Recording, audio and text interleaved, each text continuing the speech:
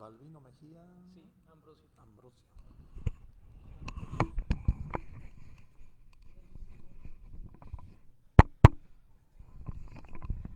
Pero que no le suden las manos.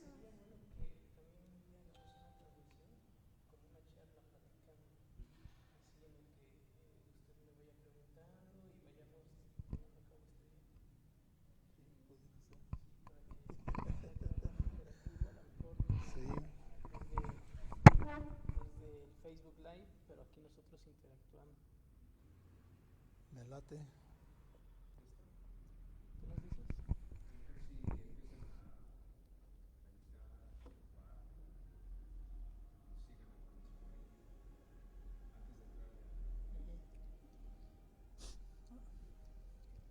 Aunque era a las 7. Ah, perfecto. Muy buenas tardes. Agradezco mucho la presencia de las 5 personas que están aquí hoy en esta tarde físicamente. Esperamos que virtualmente tengamos más acompañantes. Es la primera charla de 4 o 5 que vamos a ofrecer desde la parroquia de San Francisco con el apoyo de nuestro estimado amigo, el psicólogo Balbino Mejía Ambrosio. Muchísimas gracias. Iba a ser de puño, pero así. Muchísimas gracias. Le agradezco mucho a nuestro hermano Balbino, que tiene toda la disponibilidad para compartirnos su experiencia y su formación como psicólogo en esta área de la tanatología, que tan importante es para nuestras vidas. Le agradezco mucho que aceptó la invitación, es más, casi que él nos hizo la propuesta muy buena, muy acertada, porque estamos a menos de un mes de iniciar la celebración, la conmemoración de los fieles difuntos. Y por cierto, es el 1 de noviembre, es la fecha que tenemos como objetivo poder iniciar la oferta pastoral de esta parroquia hacia la comunidad, ofreciendo un lugar donde puedan reposar los restos cremados de nuestros seres queridos que se nos han adelantado. Una razón importante es esa, eh, promover este espacio, estos nichos, para que puedan colocar ahí sus urnas las familias que ya tienen a sus seres queridos cremados en casa, y aquellos que también de pronto deciden sacar los restos del cementerio para poder cremarlos y pasarlos a un lugar que vamos a ofrecer sobrio, eh, tranquilo y cerca de esta iglesia parroquial de San Francisco de Asís. Es más, el mismo espacio contará con una capilla pequeña, familiar, para que ahí mismo se puedan hacer las celebraciones en los aniversarios luctuosos o como lo prefieran. Esa es una de las razones por las cuales estamos llevando a cabo este ciclo de pláticas sobre las cuestiones tanatológicas, para poder pues platicar de algo que de pronto se convierte en un tabú, en un tema que nos da temor, miedo, pena tratar, como es el asunto de qué pasará cuando nos vayamos y qué hacer, las herencias que de pronto, al no quedar los testamentos hechos, dejan problemas enormes a las familias, en fin, una serie de cosas que suelen pasar cuando no nos atrevemos a tocar un punto tan importante como es este. Pues no nos desanimamos, les decimos, están aquí 4 personas con nosotros, adultos y un pequeño, ¿verdad? No nos desanimamos porque es la primera. Si dentro de 8 días nos pasa lo mismo, ya estaremos dialogando qué hacemos con el ciclo, ¿verdad? Pero esperamos que nos vaya mejor. Esperamos contar con su audiencia, tanto virtual como esperamos que el próximo lunes a las 7 de la tarde, hoy nos hemos retrasado por estar esperando.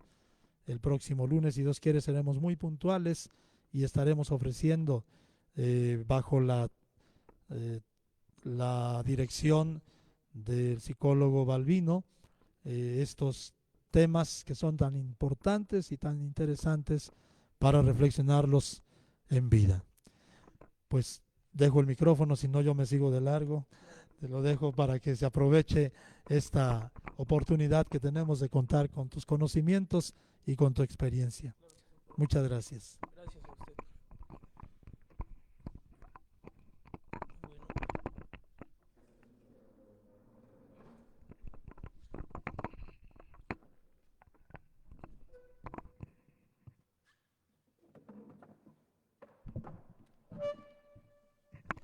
Bueno, bueno, bien, vamos a dar inicio a lo que es esta charla tanatológica y para esto vamos a hablar sobre temas que normalmente no son tan cotidianos hablar allá afuera, en la sociedad, en la familia, en la misma familia, entre amigos. Son temas de los que no se habla de manera cotidiana, sin embargo es muy importante platicarlos, dialogarlos, llevar a cabo una interacción sobre estos temas porque tarde o temprano vamos a tener que hablar de estos temas y qué mejor que empezar a hablarlos desde antes y no en el momento en el que ya haya sucedido algo, ¿no? Y me refiero específicamente a la muerte o una pérdida significativa en el ser humano. Y de eso precisamente vamos a hablar el día de hoy. ¿Qué es el miedo o por qué nos da miedo hablar acerca de la muerte? Pero para empezar a entrar en el tema, quiero platicarles de entrada que quiero hacerles saber primero qué es la tanatología, porque la tanatología desde aquí, desde esta área, desde esta disciplina científica es cómo vamos a ir adentrándonos poco a poco al tema sobre el miedo a la muerte. Y me voy a referir, yo creo que a partir de este momento, a la muerte, o como su nombre como tal, ya que es uno de los mayores miedos que tenemos.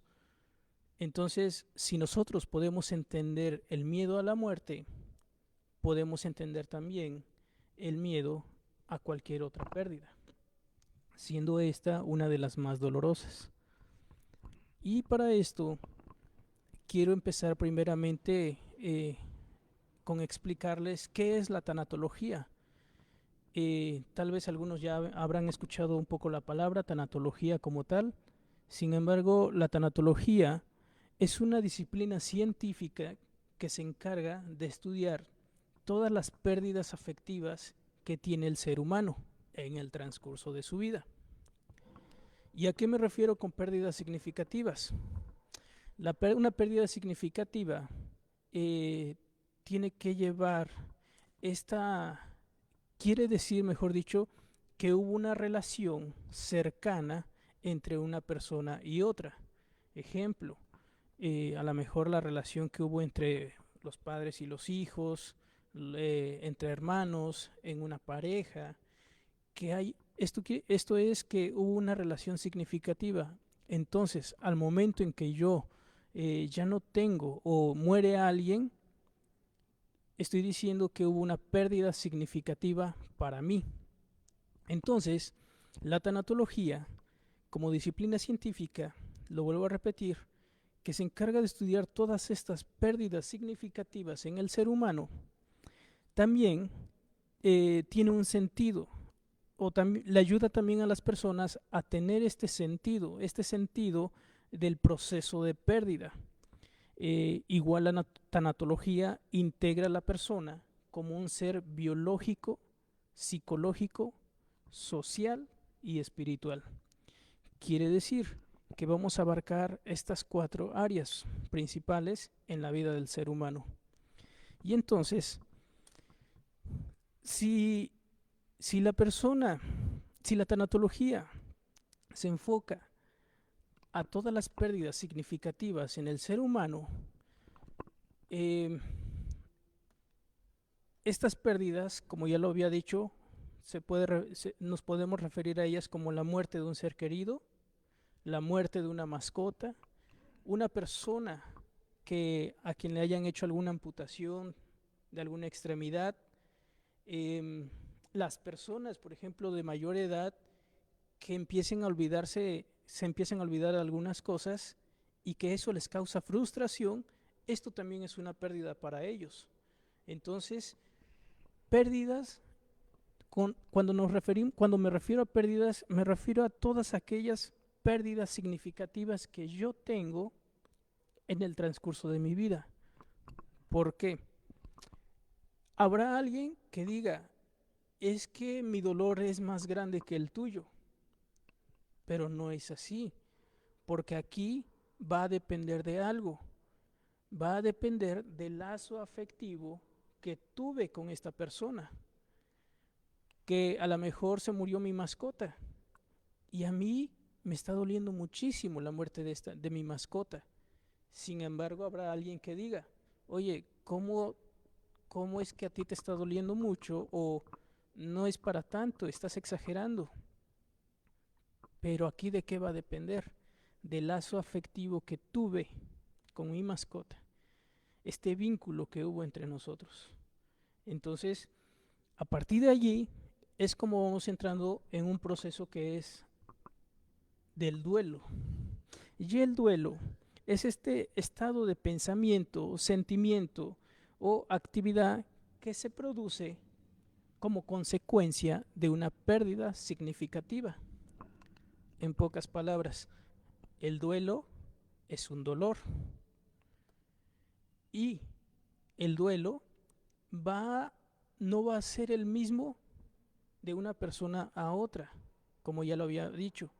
Puede que a una persona le duela mucho, sea muy doloroso esta pérdida que haya tenido de una persona o de algún objeto, algo material. Entonces va a depender mucho de una persona a otra. Entonces no hay un rango, no hay un nivel que diga, si tú estás en este nivel de dolor, de duelo, es porque es muy doloroso para ti o debe de ser muy doloroso para ti. Pero tú, como perdiste algo que no tiene mucha importancia, va a ser lo mínimo, no va a ser tan doloroso. Sin embargo, no es así. No hay un rango, no hay un termómetro que diga, hasta aquí es muy doloroso y aquí no debe ser muy doloroso. Y entonces es importante entender aquí el proceso del duelo, la cuestión del duelo. Y el duelo empieza sobre todo cuando yo he perdido a ese ser querido, cuando he perdido algo que me importaba demasiado o que era muy significativo para mí. Empezamos con este proceso de duelo. En este caso, seríamos los dolientes. También el duelo se puede llevar a cabo desde antes de que la persona llegue a fallecer. Por ejemplo, si sabemos que una persona está en un proceso de una enfermedad terminal y sabemos que lo evidente es que va a fallecer, nosotros como familiares o los familiares de esta persona empiezan a tener un duelo sin que antes fallezca la persona. Pero en este caso se le llama duelo anticipado.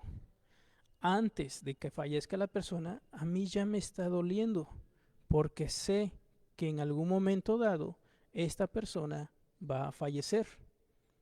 Y entonces yo ya estoy en un proceso de duelo. Y aquí la tanatología entonces interviene como en un puente de unión entre el paciente, la persona que tiene esta enfermedad terminal y los familiares para crear este vínculo, por si hay algún pendiente que trabajar, para llevar a cabo todas estas etapas o fases de duelo para el paciente terminal, si es que hay alguna otra cosa que requiera la persona que está falleciendo y poder ayudarles en este proceso. Entonces, la tanatología se involucra o estudia sobre todo esto, las pérdidas significativas del ser humano que tiene en el transcurso de su vida, y entonces uno como tanatólogo interviene para poder ayudar en este proceso de duelo. El duelo como tal, una vez que la persona o el familiar ya falleció y uno que queda en la vida, o los familiares en este caso, que empiezan un proceso de duelo, En este proceso llevamos a cabo diferentes etapas o fases. Una de las más conocidas, citadas por la autora Elizabeth Kubler-Ross, son 5 y las voy a mencionar de manera general en este momento, ya que después vamos a estar hablando de manera específica sobre las etapas o fases. Y una de ellas es la negación, donde a una persona que le dan la noticia de que un familiar ha muerto, ha fallecido, no lo puede creer. Dice cosas como: no es posible, no es cierto, no te puedo creer, si apenas ayer lo vi, apenas ayer la vi, se veía bien. La negación es un mecanismo de defensa tan sutil, tan caritativo en nosotros, que si no tuviésemos este mecanismo de defensa, la noticia que nos llegue sería de manera muy impactante para nosotros, incluso tal vez nos estaría haciendo daño. Por eso, como mecanismo de defensa, la negación es muy importante. Es como un amortiguador, como un resorte, que cuando me llega la noticia, amortigua esta noticia para que yo, poco a poco, empiece a procesarla. Negación. 2. Enojo o ira. El enojo o la ira, como etapa o fase, tiene que ver, y me voy a referir en este caso con el doliente, el que queda, puede estar enojado con el médico que no atendió bien a su familiar, puede estar enojado con Dios. ¿Cómo es posible que Dios me lo haya quitado, se lo haya llevado? Si era muy devoto, iba constante a la iglesia, ¿cómo es que se lo pudo haber llevado? Puede uno estar enojado con la misma persona que falleció. ¿Por qué no me dijo que estaba enfermo? ¿Por qué no me dijo que estaba enferma? O también el enojo puede ser hacia uno mismo. Estoy enojado conmigo mismo porque pude haber hecho más y no lo hice. Y eso me hace sentir terriblemente mal. Y curiosamente, detrás del enojo también hay culpa. Este sentimiento de culpa porque pude haber hecho más y no lo hice. Uno puede estar enojado incluso con el mismo gobierno por la cuestión económica. O sea, puede haber diferentes enojos según la persona, según lo que haya vivido, según su experiencia. Entonces, una vez que vimos sobre la negación y el enojo como fases ante este proceso de duelo, quiero decir lo siguiente, que no necesariamente una persona que está en un proceso de duelo necesita estar triste obligatoriamente, sino que también puede estar enojado, puede estar enojada. Y eso es válido, está bien. ¿Por qué? Porque es una fase del duelo. Hay personas que luego dicen: oye, si acaba de fallecer y tú te estás enojando, no está bien de tu parte. Tú no tienes por qué estar enojado. Tú no tienes por qué estar enojada. Se supone que si ya falleció es para que tú estés triste, pero no necesariamente uno tiene que estar triste. Aquí lo importante en la cuestión del enojo es que uno sea asertivo para poder gestionar este enojo. ¿A qué voy con esto? Que cuando uno está en un proceso de duelo, y en este caso ante esta fase del enojo, si yo no puedo controlar mi enojo y me desquito con mis hijos, me desquito con mi pareja y demás, no estoy gestionando adecuadamente o sanamente mi enojo. en este proceso de duelo. Tengo que ser asertivo. Si voy a gestionar mi enojo, lo voy a gestionar, pero no para dañarme ni dañar a los demás. Tengo que ser asertivo. Y entonces, en este punto llego a que es muy importante llevar a cabo un duelo, pero de manera saludable. ¿Cuándo ya no es un duelo saludable? Cuando la persona, el doliente, empieza a tomar de más, cuando empieza a drogarse, o incluso hay personas que ante mucho dolor o mucho enojo tienden a golpearse con puños cerrados en la pared, por ejemplo, o incluso con la cabeza. Esto ya no es un duelo saludable, ya no es adecuado. Por eso de aquí la importancia de llevar a cabo un duelo saludable. No necesariamente tiene que ser un duelo que ante mucho dolor tenga que lastimarme o lastimar a alguien más. De aquí viene otra fase, que es la negociación. Una más, que sería depresión. Y por último, tiene que ver con la aceptación. Pero estas poco a poco las vamos a ir viendo en el transcurso de estos días, de las transmisiones que se vayan a tener. Ahorita solamente para medio dar un pequeño panorama de lo que vamos a ir viendo en el proceso. Por eso entonces la tanatología, o uno como tanatólogo, una vez que se encarga de estudiar de todos estos procesos de pérdidas, entiende que lo importante en este proceso es ayudar a las personas ante un proceso de duelo a llegar a un proceso, a un punto de aceptación. Y llegar a un punto de aceptación es llegar a un punto de esperanza. Porque si en algún momento dado empezó el duelo, también en un momento específico o en un momento dado el duelo va a terminar. Y aquí vamos también a ir identificando cómo honrar o cómo resignificar la pérdida de ese ser querido que tuve. Ante esta pérdida tengo una ganancia. Mi objetivo es saber cuál es esta ganancia. De no ser así, sería una pérdida total. ¿Qué aprendo? ¿De qué me doy cuenta? Bueno,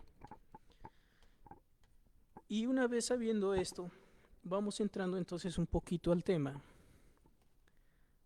Y como el tema es sobre por qué nos da miedo hablar acerca de la muerte. Por ejemplo, ahora que fue el mes de septiembre, que es el mes del testamento.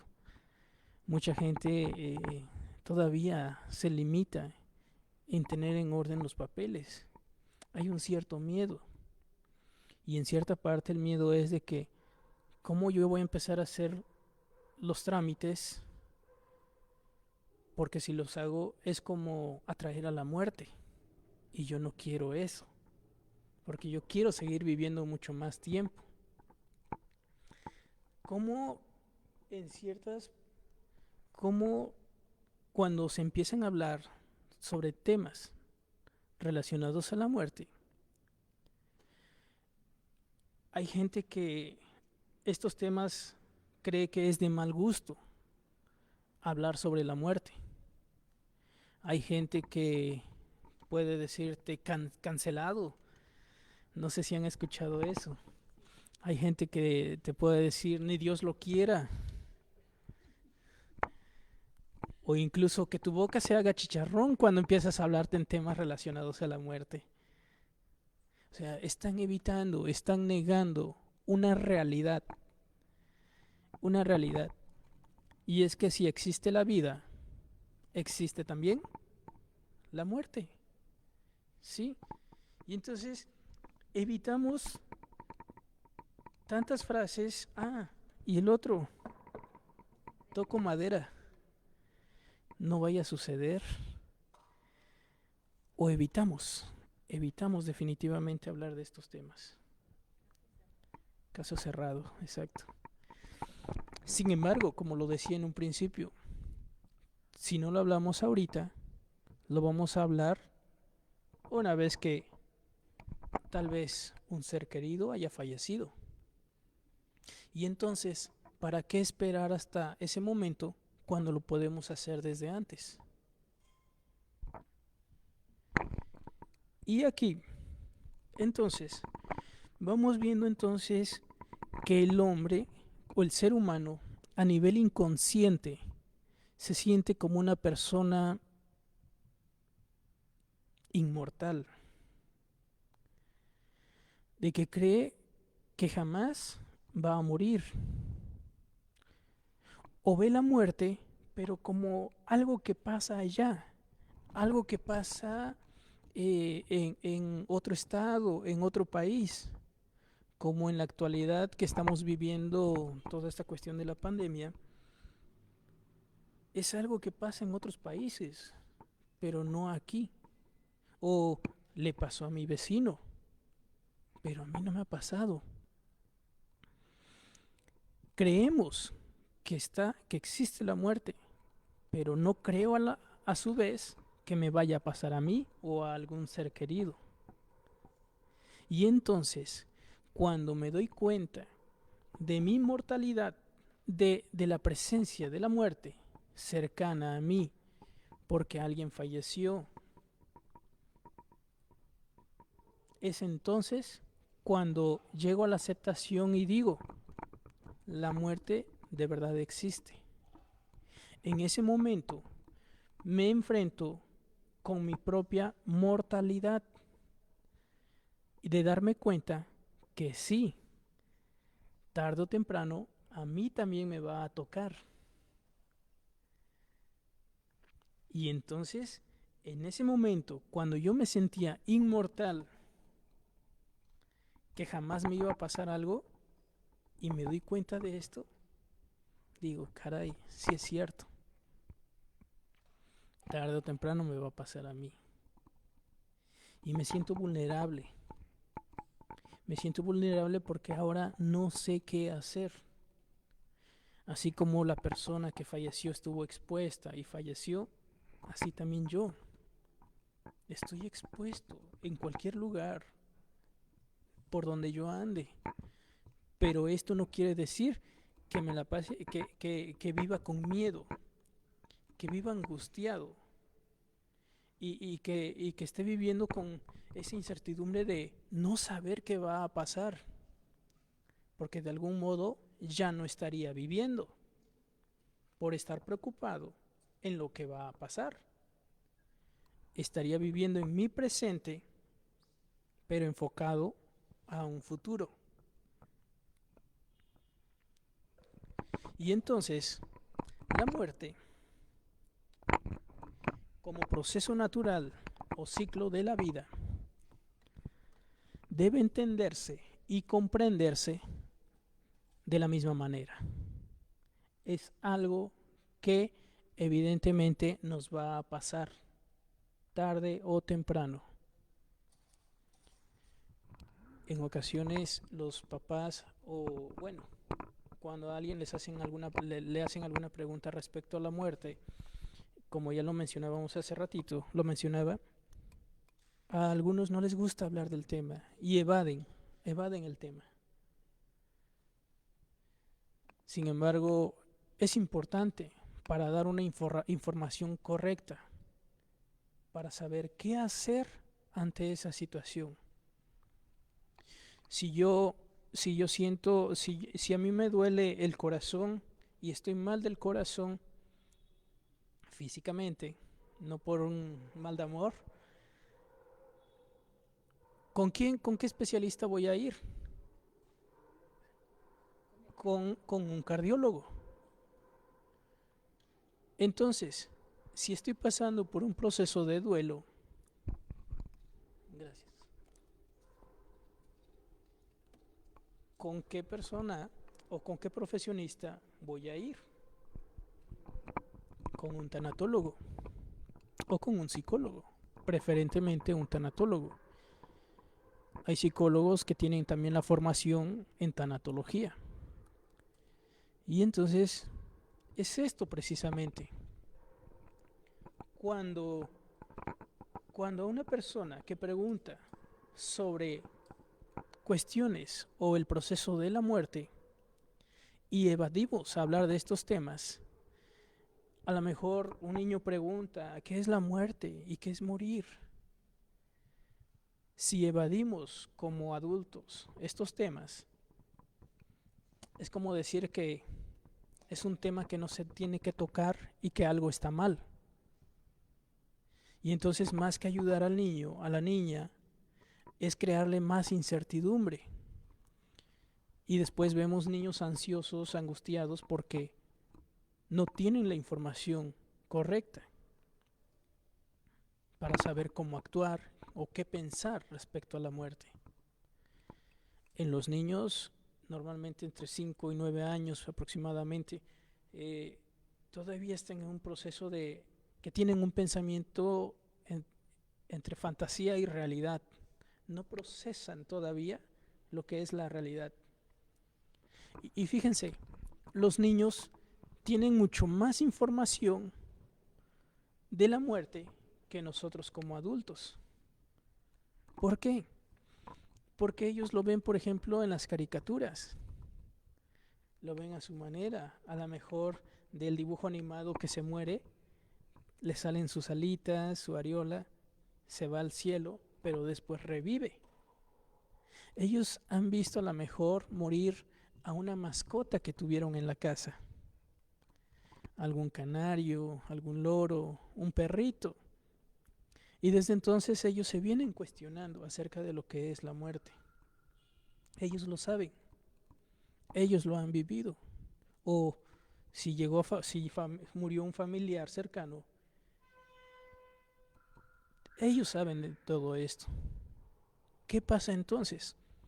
Somos los adultos que a través de este miedo evitamos hablar de estos temas y pasamos a traer a los niños en este proceso, en este momento. Sin embargo, ellos ya lo saben. Por eso la muerte, hablar de la muerte es muy, muy importante. Para Elizabeth Kubler-Ross, pionera en esta área de la tanatología, ella ve a la muerte, ella cree que creía, a opinión de ella, veía la muerte como algo que no existe, que no es el final de la vida, sino que es una transición, es una mudanza a una casa más perfecta. Y el simbolismo de la tanatología es el proceso de transformación de la oruga en mariposa. Cuando se da este proceso de transformación en el que la oruga lleva a cabo su proceso, es como si el alma saliera y se va a un lugar más bello. Aquí decía el cielo, es cierto. Sin embargo, aquí es muy importante identificar que va a depender mucho también de la creencia religiosa que tenga cada persona respecto a la muerte, sobre qué es lo que pasa después de haber muerto, a dónde se va mi cuerpo, mi espíritu, mi alma. Por eso en un principio les comentaba que la tanatología tiene que ver con algo, es una cuestión integral sobre lo biológico, psicológico, social y espiritual. Y eso, por supuesto, es un tema que más adelante también lo vamos a llevar a cabo. También la tanatología y la religión. Va a depender mucho de las creencias. A lo mejor alguien que cree en la reencarnación, va a decir algo como, bueno, yo voy a morir, pero después voy a reencarnar. No pasa nada, ahí estoy bien. pero ahorita me comentaban al cielo.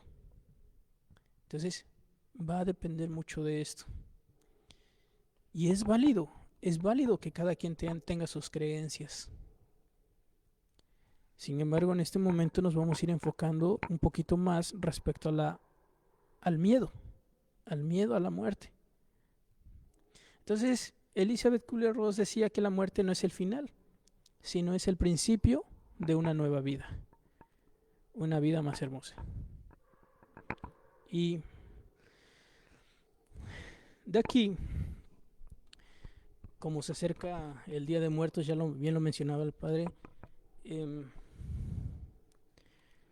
vemos a la muerte como incluso le hacemos cosas graciosas a la muerte. Hay caricaturas respecto a la muerte, dibujos animados, hay canciones respecto a la muerte, poemas respecto a la muerte. Sin embargo, bueno, lo vemos como algo gracioso, como algo chusco, y está bien. Sin embargo, ya viéndolo de manera real, nos llega a dar miedo, porque no sé qué va a pasar después de. ¿Y será que realmente nos da miedo la muerte como tal? ¿O son otras cuestiones que van en este proceso y que yo lo identifico como miedo a la muerte? Y que tal vez no sea así. Por eso de aquí es muy importante la gestión de emociones, desde la inteligencia emocional, cómo gestionar, cómo utilizar mi miedo, cómo identificar, utilizar mi miedo para llevarlo a cabo en una conducta, después de un proceso de pensamiento. Entonces, es importante identificar las emociones para manejarlas. ¿Y manejarlas a qué? A nuestro favor. No permitir o no llegar al punto de que las emociones me empiecen a manejar a mí. En este caso, el miedo.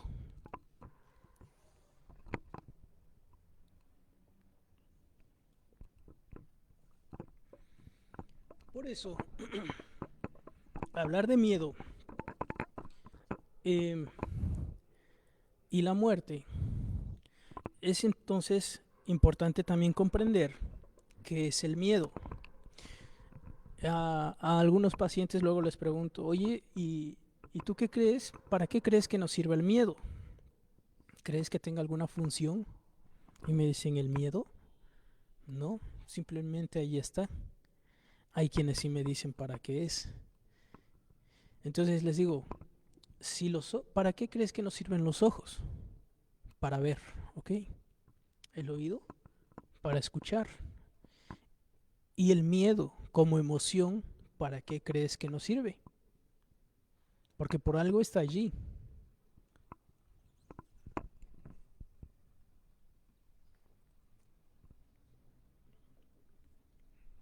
Perdón, ¿mandé? El miedo nos perjudica, ¿ok? Eso es lo que dice.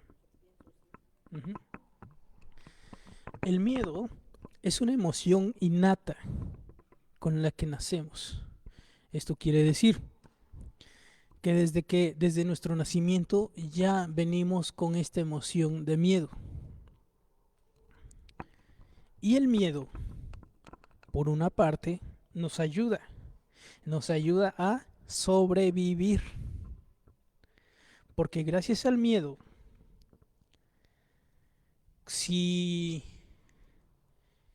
hubiese un tiroteo aquí saliendo a la calle, pues evidentemente me va a dar miedo. Exacto, nos escondemos, huyo, me alejo de allí. Y en ese momento yo estoy utilizando el miedo. El miedo me está ayudando ¿a qué? A sobrevivir. Entonces quiere decir que el miedo sí me está ayudando. Me está ayudando a sobrevivir. Y es que el miedo desde nuestros antepasados les ha ayudado de esa manera. Anteriormente salían a cazar iban por su presa, con miedo, pero el mismo miedo les hacía planear, organizar. Ellos iban a cazar y no ser cazados. Tenían esta pequeña dosis también de estrés y todo lo que conlleva. Pero entonces el miedo, por una parte, me ayuda ¿a qué? A sobrevivir. Por otra parte, el miedo también ¿para qué me sirve? Si a mí me da miedo hablar frente a un público, ¿qué tengo que hacer para afrontar este miedo?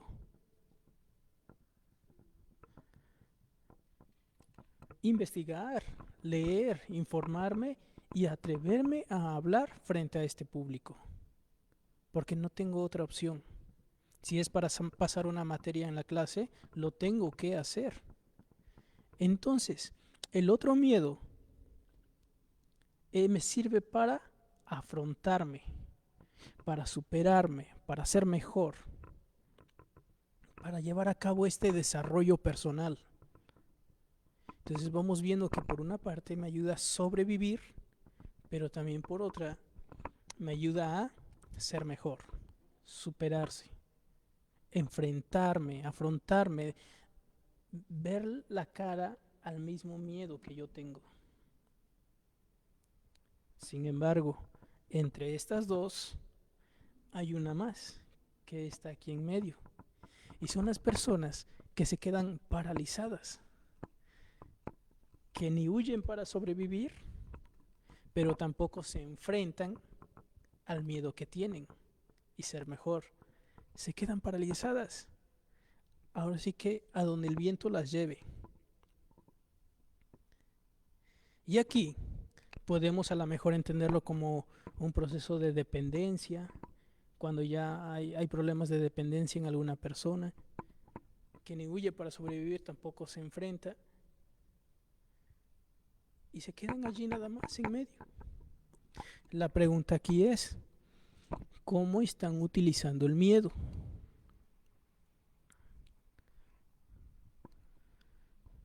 Ahora bien,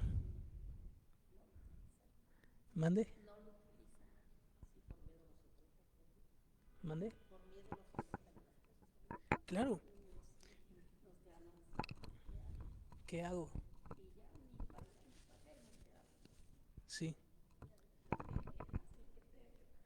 Que pase lo que tenga que pasar. A lo mejor decirlo de algún modo, que pase lo que mi miedo diga que tenga que pasar. Algo así. Y entonces, aquí yo necesito entender cómo es mi miedo, cómo se manifiesta desde físicamente, pero también emocionalmente, reconocerlo, para que yo también, cuando siento que el miedo está incrementando, yo también empiece a hacer esto, incrementar, o sea, ser consciente de mi miedo y empezar yo a tener control de esta emoción. Empezar a gestionarlo a mi favor. ¿Una persona puede vivir sin miedo?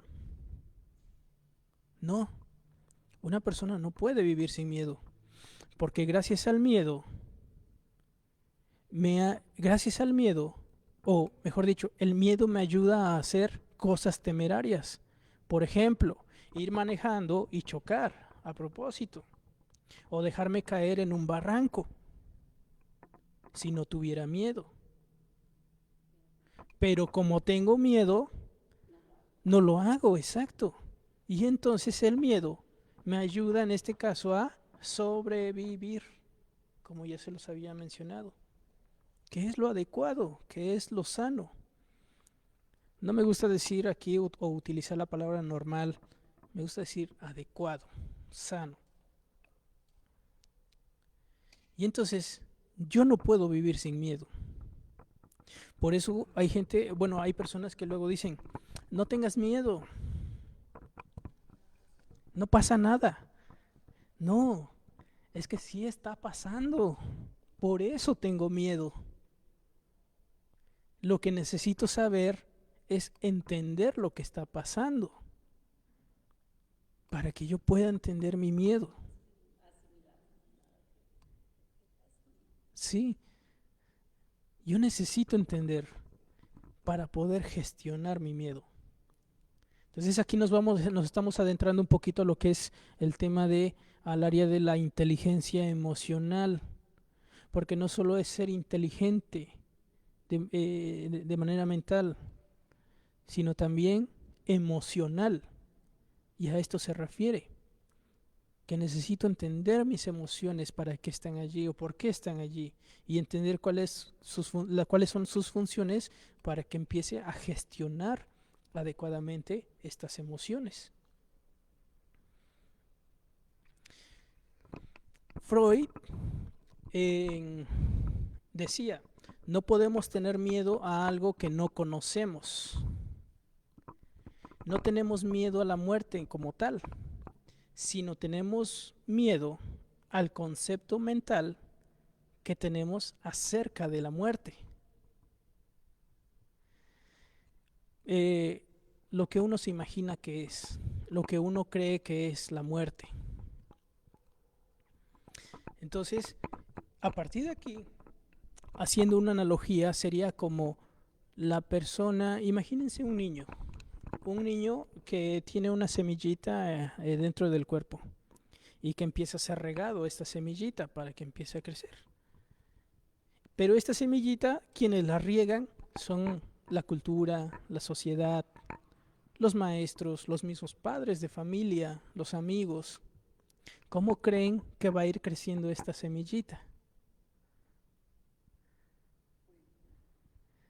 Dependiendo de cómo sea tratada. Exacto. Por eso Freud decía esto. No podemos tener miedo a algo que no conocemos. El miedo es una construcción mental del susto que tuvimos. O sea, yo primero reacciono, miedo, tengo miedo. Y después me pregunto, ¿qué me pasó? ¿Por qué tuve miedo? ¿Quién me espantó? Y entonces a partir de allí empiezo yo a formarme, ¿qué? Ideas. Si yo le tengo miedo a la muerte, necesito saber por qué le tengo miedo a la muerte. ¿Qué empezó a pasar? ¿Qué creo o qué yo pienso acerca de la muerte? Para poder entender.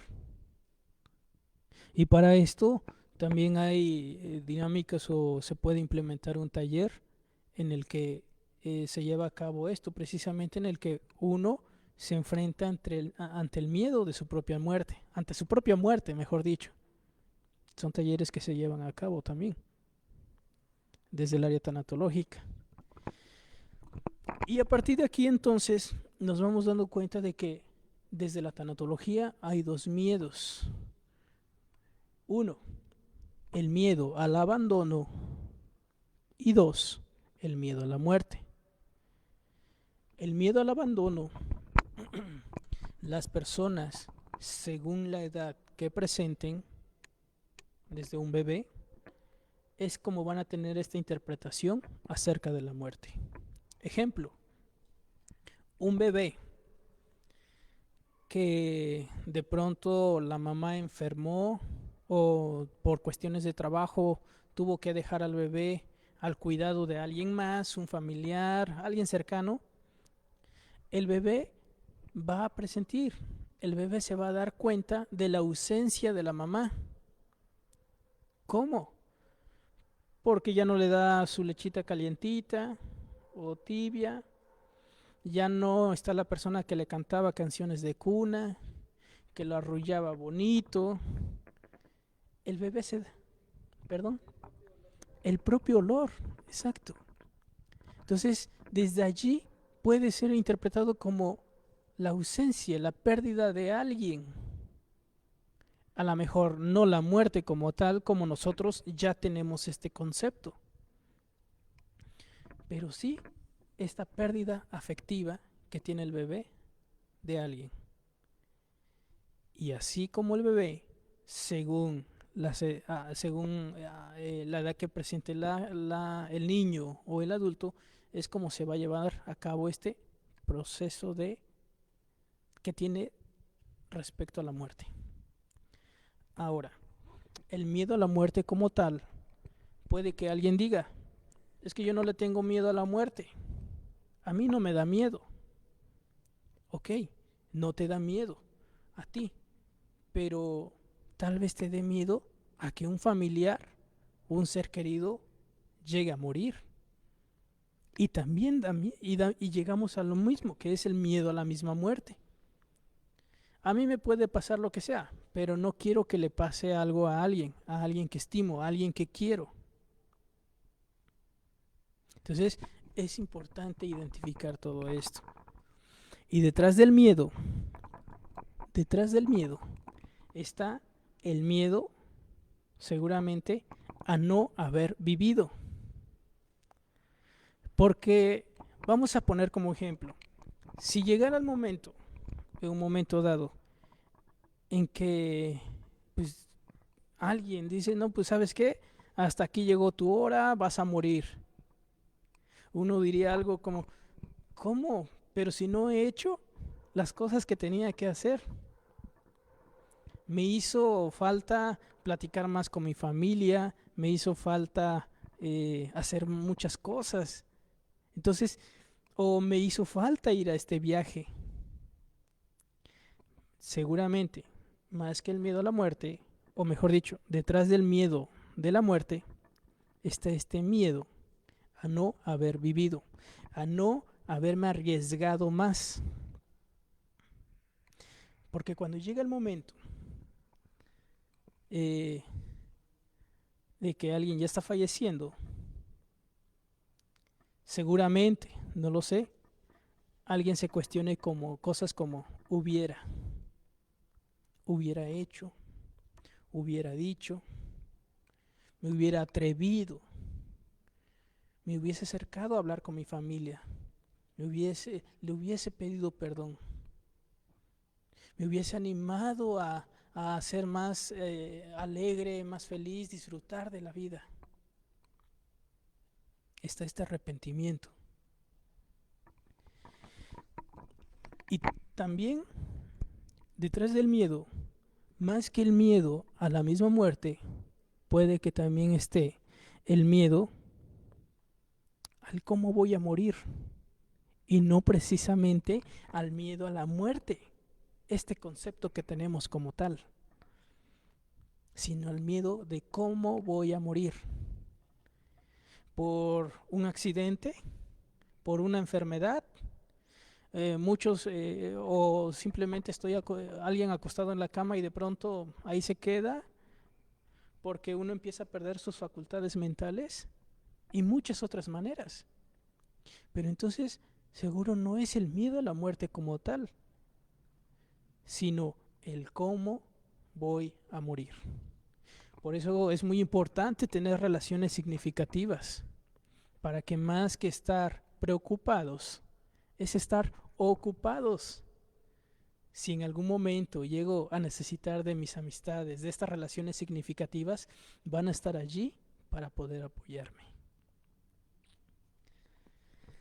Y el miedo, ya casi vamos finalizando, yo decía media hora, pero yo creo que ya llevamos...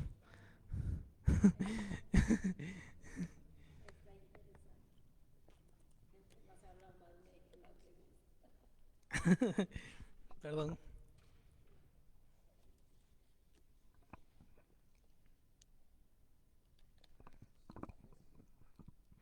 Y bueno, el miedo tiene que ver con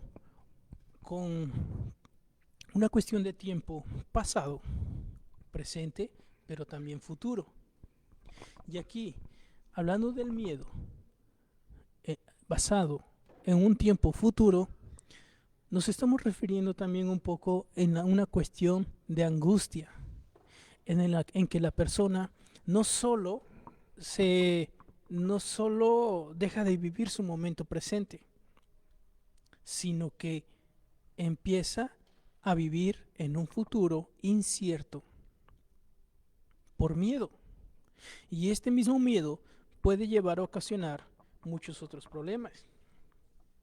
Ejemplo, a lo mejor desarrollar una fobia, que claro, hay que ver que hay muchas otras cuestiones por allí, pero a lo mejor un síndrome por estrés postraumático, un trastorno de ansiedad, y después vamos a estar viendo a todas las personas ansiosas, angustiadas, por lo que puede pasar, pero ni siquiera está pasando. Y en esta cuestión de la ansiedad, alguien que dice algo como, es que a mí me da miedo, porque cada vez que llego a mi cuarto y me siento a la orilla de la cama, me imagino que alguien está debajo de ella y que me puede hacer daño. Eso no es algo ansioso, una cuestión ansiosa, sino que tiene que ver con los pensamientos, o sea, un proceso de angustia. La ansiedad y la angustia sobre todo van de la mano, no puede estar una sin la otra. ¿Y cómo puedo identificar cuando estoy en un proceso de angustia? Empiezo a utilizar frases, por ejemplo, como ¿y si? O ¿qué tal qué? Y una más, no vaya a ser que. Ejemplo, no vaya a ser que al momento en que yo salga pase un carro y yo no me dé cuenta y me vaya a atropellar, porque ahorita estoy mal de la pierna y no puedo caminar.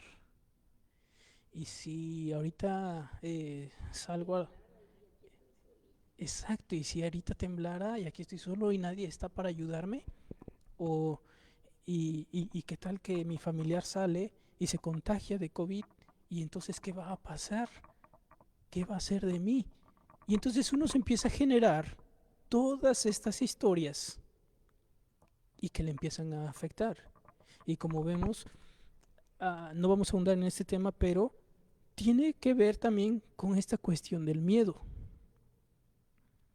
que nos puede orillar a otros problemas. Por eso es importante, por eso es muy importante llevar a cabo estos temas, platicarlos. ¿Para qué? Para saber, para ir haciendo consciente lo inconsciente, o mejor dicho, lo que sabemos que allí está, pero que no queremos hablar. ¿Sí?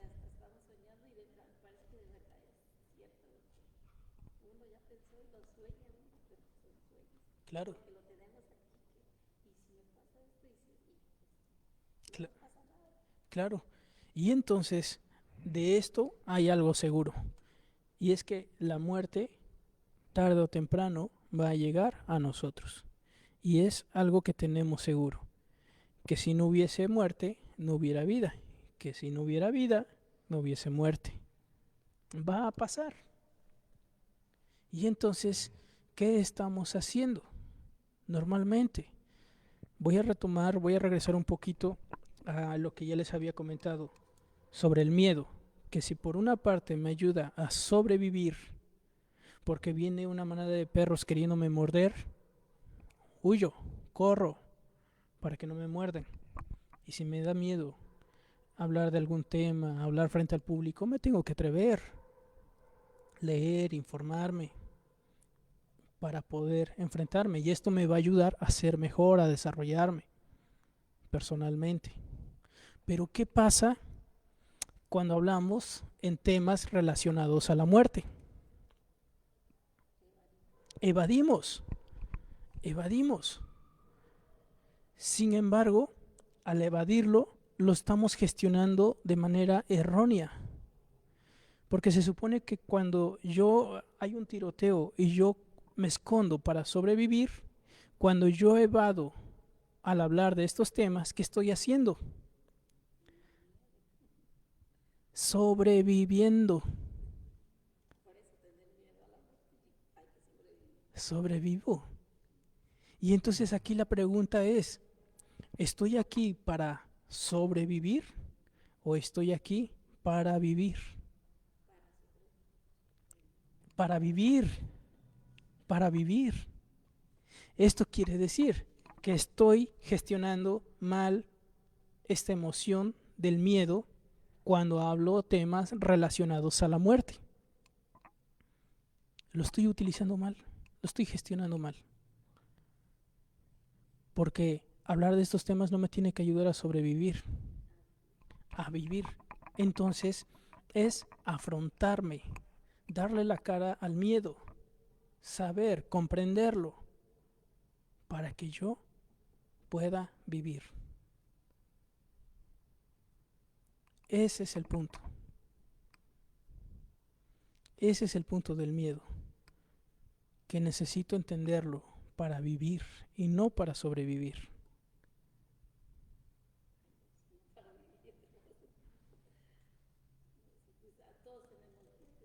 Claro.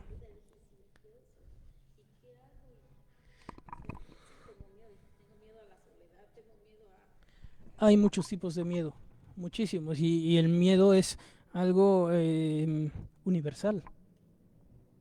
Todos tenemos miedo, desde lo más pequeñito hasta todos tenemos miedo. Algunos con mayor intensidad, otros con menor intensidad. El punto aquí es saber gestionar este miedo. Y entonces, sobre este tema, vuelvo a repetir, más que evitar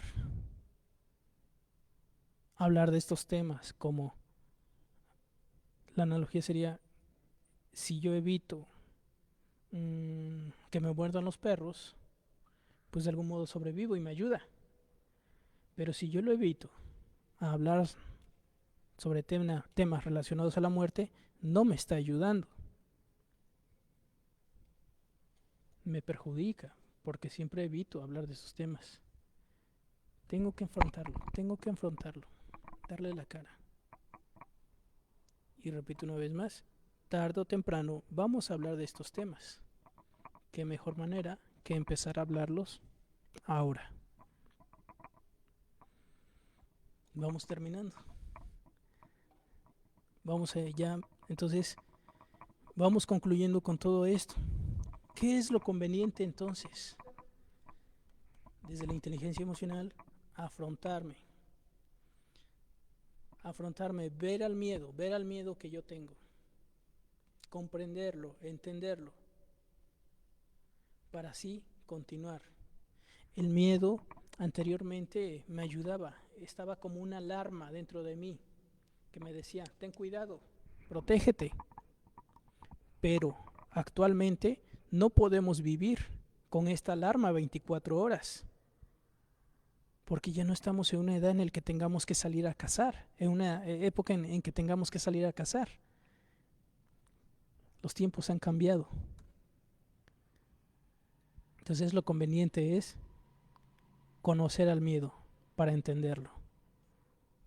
Y hablar de la muerte es un tema que considero que debemos llevarlo, debemos platicarlo de manera tan cotidiana, tan común, porque tarde o temprano vamos a hablar de estos temas, de este tema. Y bueno, hasta aquí, de mi parte, creo que ha sido la poca información que les vengo a compartir, y espero les sea de gran utilidad, les sea de gran provecho y que les ayude sobre todo para poder gestionar este miedo acerca de la muerte. Vamos a estar hablando sobre otros temas relacionados al área de tanatología, a la tanatología. Sin embargo, pues todo a su debido momento. Entonces, de mi parte ha sido todo. Muchísimas gracias. Claro, de veras, el tema de la próxima semana va a ser sobre las etapas o fases de duelo. Hace un ratito ya más o menos les di una pequeña introducción, pero es eso precisamente, etapas o fases ante un proceso de duelo. Es lo que vamos a ver en la siguiente semana. Les va a ser de mucha ayuda para todas las personas que estén pasando por un momento de duelo. Duelo, ya lo platicamos, puede ser sobre todo ante una pérdida significativa. Les va a ayudar mucho, les va a ser de mucha ayuda, y pues para entonces nos estaríamos viendo el próximo lunes, igual a las 7 de la tarde. Transmisión por Facebook Live. Terminamos. Nos vemos.